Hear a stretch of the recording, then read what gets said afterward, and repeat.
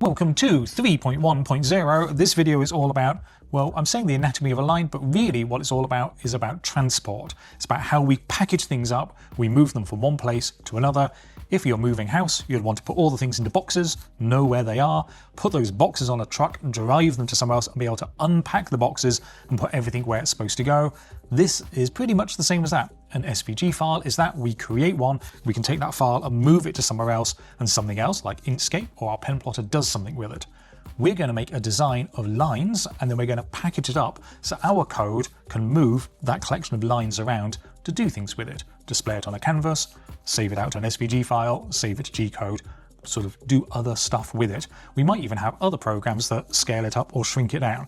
So I'm going to go on about the two different ways that we can package things up. But first, let's talk about lines. So it's good to have a common reference about what we're talking about. This is a line. Together, these are lines. This is a segment in the line between 2 points. So this top line is made up of 1, 2, 3, 4 points. It's got 3 segments, and that's one line. This one is made up of 5 points. It's got 4 segments, and it is a single line. And each of those points has a bunch of coordinates. So this line is made up of these coordinates, 1, 1, 3, 2, 5, 1, 2, 7. So we want to store two different things. We want to store all these lines, because we've got many of them, and then how the line is made doing these points. And I know this may seem like going into nitty-gritty detail, but let's break down exactly what a point is and how we're going to store that information. So I've got the first 2 points of the line here, 1, 1 and 3, 2. So let's talk about the first way we're going to package these things up, which is called a dictionary object. So a dictionary is where you look up a word and it has a description. So we go, let's look up cat, and there's the word cat, and then it has all about the cat. And we look up a dog or a snake, and it has the description. This is called a key value pair. So this is the key, the cat, the dog, the snake is the key that unlocks whatever the rest of it is. In the case of a dictionary, it's just the description, but in our case of code, it could be more and other stuff, but I'll show you what I mean here. So here we want to store information about this point, and it's quite simple. It's like X and Y. We've got 2 things, and we're just going to go, this is the key, X, in our dictionary, this is Y, and what are they equal to? Well, in this case, they're both equal to 1. So we're going to go, okay. And in code terms, how we describe a dictionary is we use these curly brackets like this to sort of package it all up. And I'm going to go point 1 is equal to this dictionary object here. Now my second point, so point 2 is equal to, we're going to have a dictionary object, X, Y,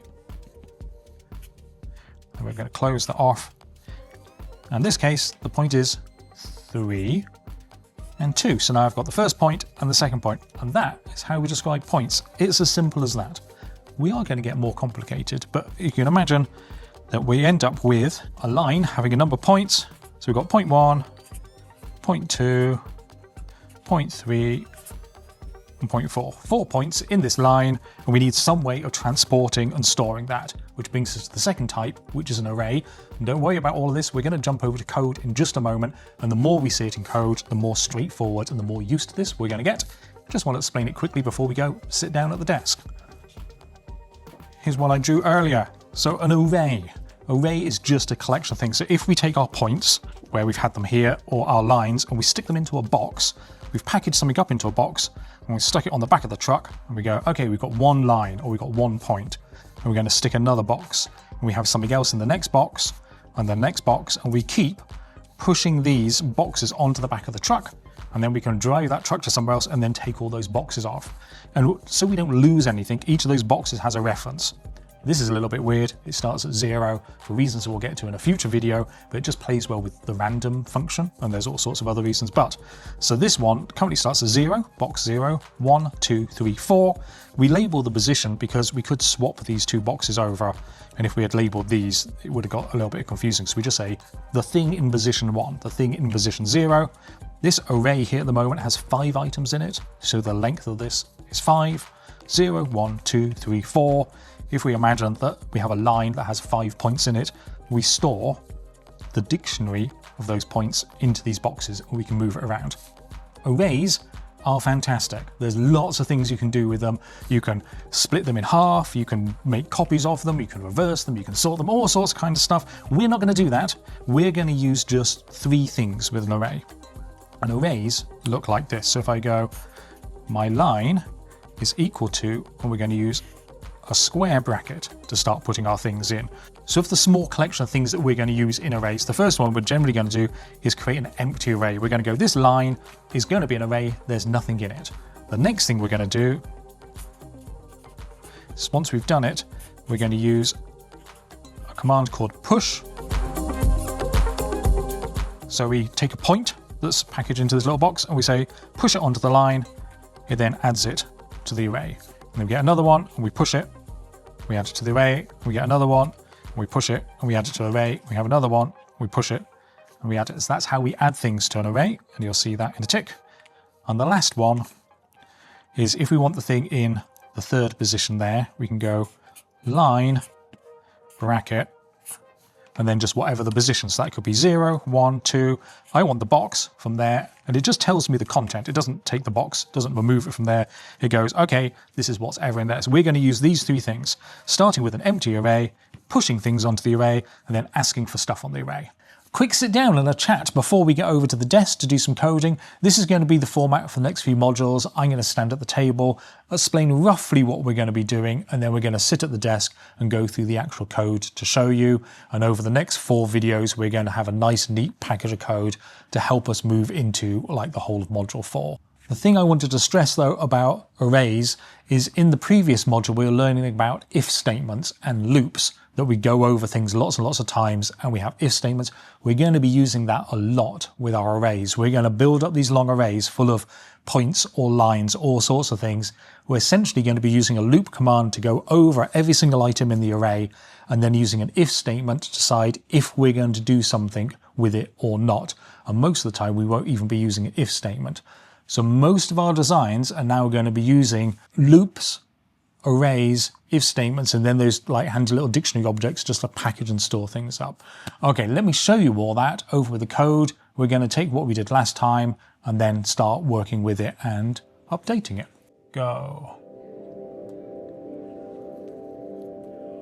1, 2, 1, 2, 1, 2. All right, we're all up on the screen here. We've got our 3 windows that we're used to. We've got our downloads folder, our editor, and then we've got our Firefox over here. I've got a clean empty file, and what we're going to do is we're going to go copy the for loops up here, and we'll drop that into here. We'll save it, drag it across, and then save just to see what's happening. Go to downloads. And there is our lines, and we can see that our lines are looking like that. So we're all set. We're exactly where we were before. Cool. So the first thing that we're going to do, let's just make this bigger, and all the way across like that, is we've got, these are our points here, is we're going to start building these points in the dictionary object, like I said. So const point 1 equals, these are our curly brackets, and we're going to say x is equal to, well, it's these values down here. So this is a little bit weird, and my computer might complain at me a little bit. I'm just saying x is equal to x, y, y, but that's what we're going to do. Point 2 equals, and then this is going to be the same again. But this time, the second point is x plus the size of the square. If we remember, we're going top left, top right, so we need to go across the size of the square. Then we're going to go down this corner and then back again. So that is a good second point. Third point is going to be y plus square size. Oh, I've forgotten the y on the one above. Let's go y. And then on the fourth point, here we go, point 3, point 4. Okay, so we've got our 4 points of a square. Point 1 is up here, then we go across the square size. We also go down the square size. We go back to just x, but we're still down the square size. And then finally, we'll go back up to the start, which we have here. And how we reference these things, if I wanted to get P1, and I want to know what the x value is, I do this. I go P1 dot x and P1 dot y. Now, I'm going to do this quickly so you don't have to. So there we go, we've created our 4 dictionary objects of points, point 1, point 2, point 3, point 4, and we're going to get the xy from point 1, the xy from point 2, xy from point 3, xy from point 4, and then because we're doing a square, we're going back to the first point again, point 1, xy. And if we Now rerun this. It should be the same. I've got an extra space in there. Let's tidy that up. Okay, so nothing has changed. We can save this, still exactly the same as before. But this bit here, you might be thinking, hey Dan, this is a little bit unwieldy. If I've got 1,000 points or something, that's going to start causing me trouble. And I agree with you, we'll get to that in the next module. But for the moment, let's think about this line as a collection of points. Make a new file, index, no2, HTML. Now all of these will be on penplotter.com, which is down, wait, I'm in a little box, aren't I? So I'm not sure which side of the screen it's on. Is it that side? Think about it. No, it's over there, isn't it? There's penplotter.com. Anyway, somewhere here, down here, there'll be penplotter.com, which all this code will be on, and you can go look at it and use it as much as you like. Right, back to the screen. I'm going to copy the whole of that and put it there. And now we have these little objects, our collection of points. I want to put them into a line. So we're going to use our array. So it's an empty array. And then down here, I'm just going to do this. I'm going to go line, if I could spell, push, point 1. Point 2, point 3, point 4, and then we're going to close it back off by going to point 1. And if I just go console log line, then we should see that. I'm just going to get rid of this a second so we can test this. Drag over 2. Cool. This bit's gone because we're no longer writing the body. I'm going to get the console up. I pressed Control F12, but it's also up here. Tools, is it? Browser tools, web developer tools, that's how you find it.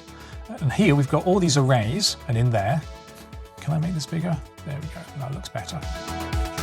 So I can say I've got these 5 points, 0, 1, 2, 3, 4, and each one has an object or dictionary where we've got X value and Y value.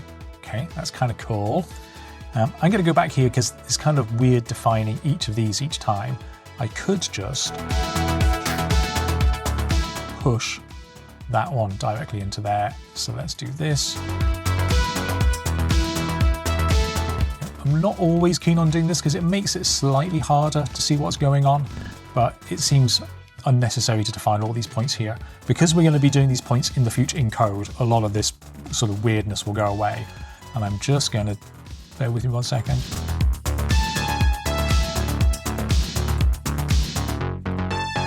There we go, that's how our code isn't going everywhere, but here's our line. We're pushing these X, Y coordinate positions into that array. Here's the log here. Let me undo this again. And then, instead of this dot here, we can go from element 0, which is the first one. And we just keep doing this.